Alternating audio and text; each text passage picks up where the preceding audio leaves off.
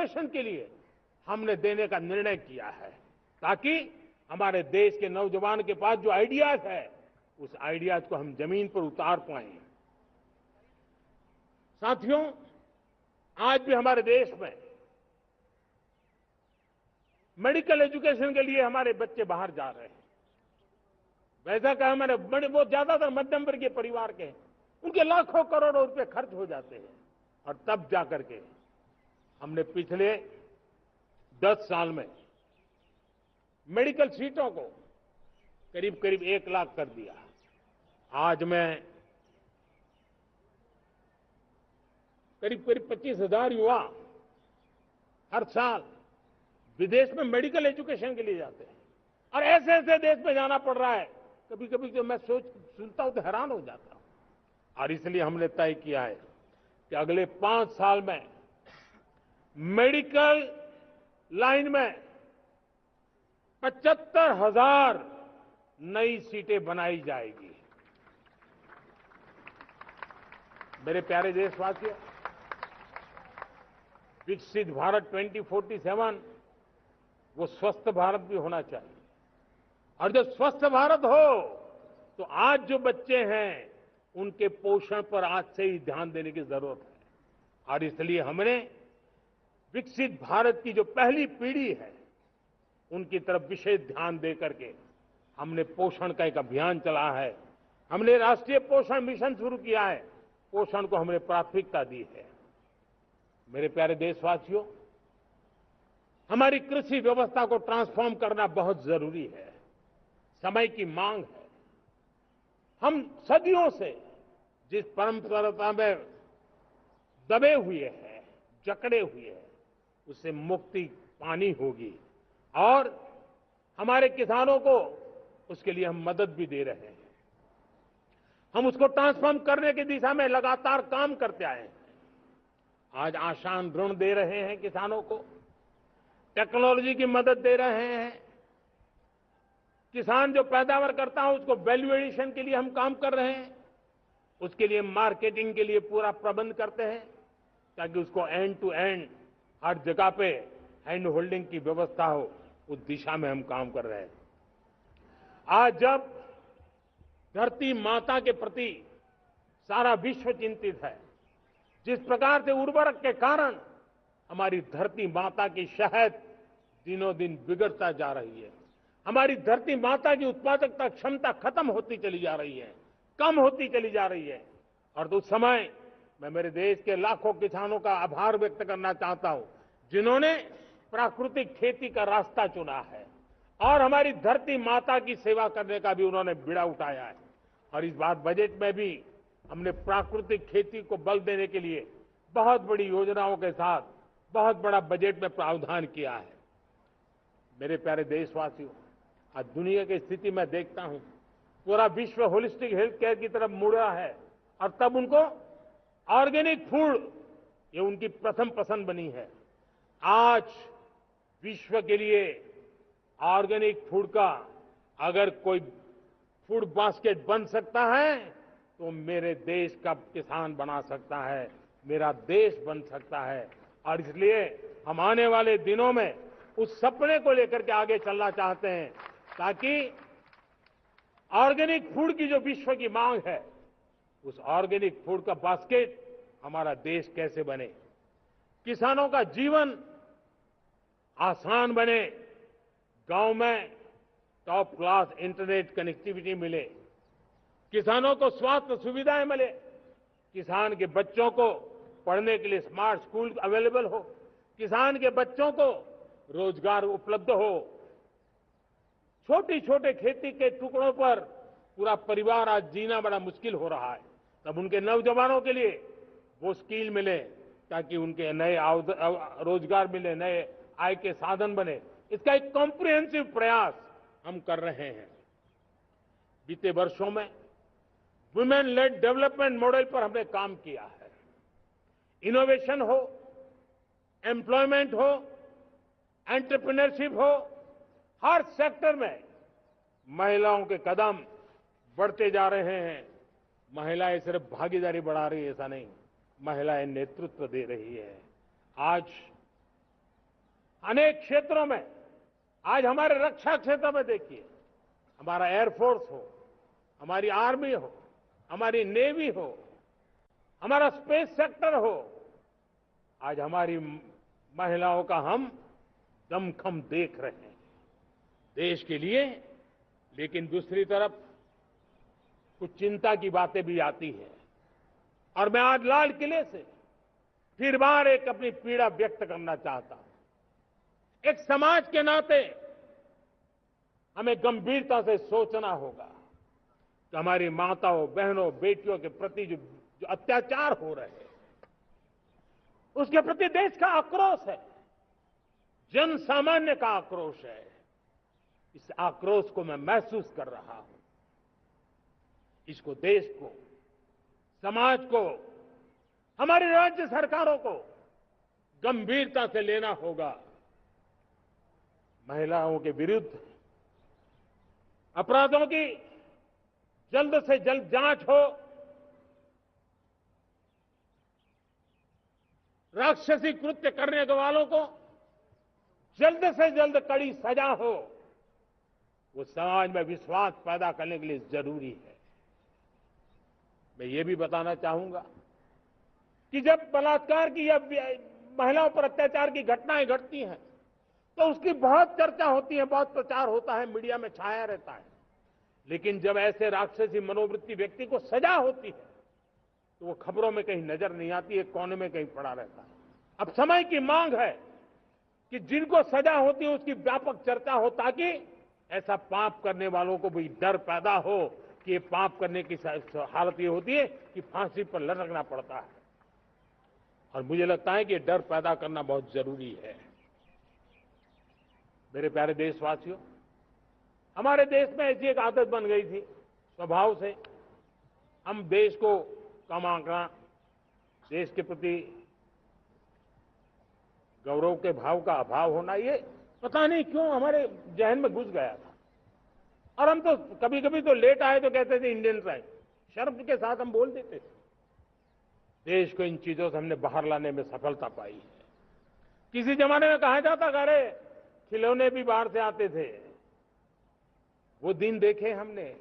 आज मैं गर्व से कह सकता हूं कि मेरे देश के खिलौने दुनिया के बाजार में अपनी धमक लेकर के पहुंच गए। खिलौने हमारे एक्सपोर्ट होने शुरू हुए। तो एक जमाना था हम मोबाइल फोन इंपोर्ट करते थे, आज मोबाइल फोन का मैन्युफैक्चरिंग का इकोसिस्टम बना है, एक बहुत बड़ा हब बना है, और आज हम मोबाइल फोन दुनिया में एक्सपोर्ट करने लगे हैं। ये भारत की ताकत है। साथियों, भविष्य के साथ सेमीकंडक्टर जुड़ा हुआ है, आधुनिक टेक्नोलॉजी जुड़ी है, एआई जुड़ा हुआ है। हमने सेमीकंडक्टर मिशन पर काम शुरू किया है। हर उपकरण में मेड इन इंडिया चिप क्यों न हो, क्यों ये सपना मेरे देश का नौजवान देखे। टैलेंट यहां है, सारे इस प्रकार के रिसर्च काम हिंदुस्तान में होते हैं, तो अब प्रोडक्शन भी हिंदुस्तान में होगा, सेमीकंडक्टर का काम भी हिंदुस्तान में होगा, और हम एंड टू एंड सॉल्यूशन दुनिया को देने की ताकत रखते हैं, और हम उसको साथियों, एक जमाना हमने देखा है 2G के लिए हम कैसा संघर्ष करते थे। आज हर उपकरण में हम देख रहे हैं, हम तेजी से आगे बढ़े। और 5G जिस तेजी से पूरे देश में रोल आउट हुआ, हिंदुस्तान के करीब करीब सभी क्षेत्रों में 5G पहुंच गया, वो विश्व में तेज गति से 5G पहुंचाने में हम आगे रहे। और देश साथियों, मैंने कहा हम रुकने वाले नहीं हैं। 5G पे रुक जाना हमें मंजूर नहीं है। हम 6G पर अभी से मिशन मोड में काम कर रहे हैं, और विश्व में हम उसमें भी अपनी धमक जमाएंगे, ये मैं विश्वास से कहता हूं। मेरे प्यारे साथियों, डिफेंस सेक्टर हमारी आदत हो गई थी। डिफेंस बजट कितना ही क्यों न हो, लेकिन कभी कोई सोचता नहीं था कि डिफेंस बजट बढ़ा तो जाता कहां है। डिफेंस बजट विदेशों से खरीदी में चला जाता था। अब हम चाहते हैं हम आत्मनिर्भर बने, और मैं हमारी डिफेंस फोर्सेस का हृदय से धन्यवाद करता हूं। उन्होंने हजारों ऐसी चीजें लिस्ट कर दी है। उन्होंने तय किया है कि हम विदेश से नहीं लाएंगे। राष्ट्र के लिए जीना क्या कहते हैं ये हमारे सेना के जवानों ने दिखाया है और उसके कारण डिफेंस के सेक्टर में हम आत्मनिर्भर होते चले जा रहे हैं। आज डिफेंस मैन्युफैक्चरिंग में भारत की पहचान बनी है और मैं आज खुशी से कह सकता हूं कि जो देश कभी डिफेंस की हर छोटी मोटी चीज बाहर से लाता था, आज धीरे धीरे दुनिया के कई देशों में हम जो डिफेंस के इक्विपमेंट मैन्युफैक्चर कर रहे हैं वो हम एक्सपोर्ट करने लगे हैं। दुनिया में डिफेंस हब, मैन्युफैक्चरिंग हब के रूप में हम धीरे धीरे उभर रहे हैं। हम मैन्युफैक्चरिंग क्षेत्र को बढ़ावा देना चाहते हैं क्योंकि रोजगार के लिए सर्वाधिक आवश्यक है। आज पीएलआई स्कीम को बहुत बड़ी सफलता मिली है। एफडीआई रिफॉर्म्स, उसने भी हमें बहुत बड़ी ताकत दी है। एमएसएमईज को बहुत बड़ा बल मिला है, नई व्यवस्थाएं विकसित हुई है और उसके कारण हमारा मैन्युफैक्चरिंग सेक्टर, हम दुनिया का एक मैन्युफैक्चरिंग हब बने।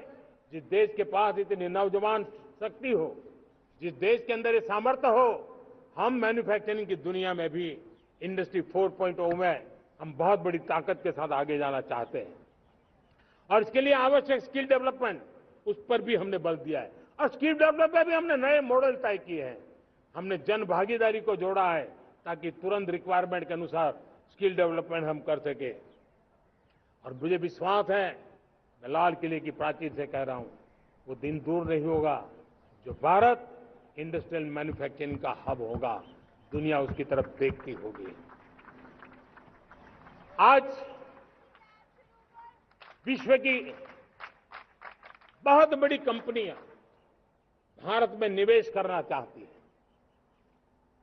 ये चुनाव के बाद मैंने देखा, मेरे तीसरे कार्यकाल में जितने लोग मुझसे मिलने के लिए मांग कर रहे हैं वो ज्यादातर निवेशक लोग हैं, विश्व भर के निवेशक हैं। वो आना चाहते हैं, भारत में निवेश करना चाहते हैं। ये एक बहुत बड़ा गोल्डन अपॉर्चुनिटी है। मैं राज्य सरकारों से आग्रह करता हूं कि आप निवेशकों को आकर्षित करने के लिए स्पष्ट नीति निर्धारित कीजिए, गुड गवर्नेंस का आश्वासन दीजिए, लॉ एंड ऑर्डर सिचुएशन के लिए उनको भरोसा दीजिए। हर राज्य एक तंदुरुस्त स्पर्धा में आगे आए। राज्य राज्य के बीच निवेशकों को खींचने के लिए स्पर्धा होनी चाहिए निवेशकों को लिए, ताकि उनके राज्य में निवेशक आएंगे, उनके राज्य के नौजवानों को स्थानीय रूप से अवसर मिलेगा, रोजगार का अवसर मिलेगा। नीतियों में परिवर्तन लाना चाहिए तो ग्लोबल रिक्वायरमेंट के अनुसार नीतियों को राज्यों ने परिवर्तित करना चाहिए। लैंड की आवश्यकता है तो राज्यों ने लैंड बैंक बनानी चाहिए। गुड गवर्नेंस सिंगल पॉइंट पर काम करने के लिए राज्य जितने प्रोएक्टिव होंगे, जितने ज्यादा प्रयास करेंगे, जो निवेशक आ रहे हैं वो कभी भी वापस नहीं जाएंगे। सिर्फ भारत सरकार से काम ये होता नहीं है, राज्य सरकारों की बहुत बड़ी आवश्यकता होती है, क्योंकि जो भी प्रोजेक्ट लगने वाला है उस राज्य में लगने वाला है, उसको हर राज्य के साथ रोजमर्रा का काम पड़ता है। और इसलिए मैं राज्यों से आग्रह करूंगा कि जब विश्व पूरा भारत की तरफ आकर्षित हो रहा है, विश्व पूरा भारत में निवेश करने के लिए प्रतिबद्ध हो रहा है, तब ये हमारा दायित्व बनता है कि हमारी पुरानी आदतें छोड़ करके स्पष्ट नीति के साथ हम आगे आए। देखिए, आपको परिणाम अपने राज्य में दिखाई देगा और आपका राज्य भी चमक उठेगा, ये मैं आपको विश्वास देता हूं। साथियों, भारत अपनी बेस्ट क्वालिटी के लिए पहचानी जाए, ये बहुत जरूरी है। अब विश्व के लिए हमें डिजाइन ऑफ इंडिया का क्षेत्र, डिजाइन इन इंडिया, इस पर हमने बल देना है। हमें कोशिश करनी है अब इंडियन स्टैंडर्ड इंटरनेशनल स्टैंडर्ड बनने चाहिए। इंडियन स्टैंडर्ड इंटरनेशनल स्टैंडर्ड बनेंगे तब हमारी हर चीज को सहजता से मोहर लग जाएगी और ये हमारे प्रोडक्शन की क्वालिटी पर निर्भर करेगा, हमारी सेवा की क्वालिटी पर निर्भर करेगा, हमारे अप्रोच की क्वालिटी पर निर्भर करेगा। और इसलिए हमें क्वालिटी पर बल देकर के आगे बढ़ना है। हमारे पास टैलेंट है, डिजाइन के क्षेत्र में हम दुनिया को बहुत कुछ नया दे सकते हैं। डिजाइन इन इंडिया, इस आह्वान को लेकर के हमें अब आगे चलना है। Design in India and design for the world, इस सपने को लेकर के चलना है। मैं देख रहा हूं गेमिंग की दुनिया का बहुत बड़ा मार्केट खड़ा हुआ है, लेकिन आज भी गेमिंग की दुनिया पर प्रभाव, खास करके उन खेलों को बनाने वाले लोग, प्रोडक्ट करने वाले लोग, विदेशी कमाई होती। भारत के पास बहुत बड़ी विरासत है। हम गेमिंग की दुनिया में बहुत नई टैलेंट को लेकर के आ सकते हैं। विश्व के हर बच्चे को हमारे देश की बनी हुई गेमिंग की ओर आकर्षित कर सकते हैं।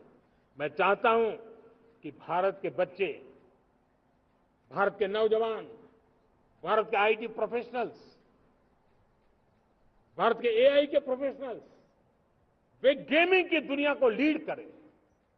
खेलने में नहीं, गेमिंग की दुनिया में हमारे प्रोडक्ट पूरे विश्व में पहुंचने चाहिए और पूरी दुनिया में हमारे एनिमेटर्स काम कर सकते हैं। एनिमेशन की दुनिया में हम अपनी दाग जमा सकते हैं। हम उस दिशा में काम करें। मेरे प्यारे देशवासियों, आज विश्व के अंदर ग्लोबल वार्मिंग, क्लाइमेट चेंज हर क्षेत्र में चिंता और चर्चा का विषय रहता है। भारत ने उस दिशा में काफी कदम उठाए हैं। हम विश्व को आश्वस्त करते रहे हैं और शब्दों से नहीं, अपने कार्यों से, प्राप्त परिणामों से हमने विश्व को आश्वस्त भी किया है और विश्व को आश्चर्यचकित भी किया है। हम ही हैं जिन्होंने सिंगल यूज प्लास्टिक पर प्रतिबंध लगाया है। हमने रिन्यूएबल एनर्जी पर विस्तार किया है। हमने रिन्यूएबल एनर्जी को एक नई ताकत दी है। आने वाले कुछ वर्षों में हम नेट जीरो फ्यूचर की ओर आगे बढ़ रहे हैं। मुझे याद है पेरिस अकॉर्ड में जिन देशों ने अपने लक्ष्य निर्धारित किए थे, आज मैं लाल किले की प्राचीर से मेरे देशवासी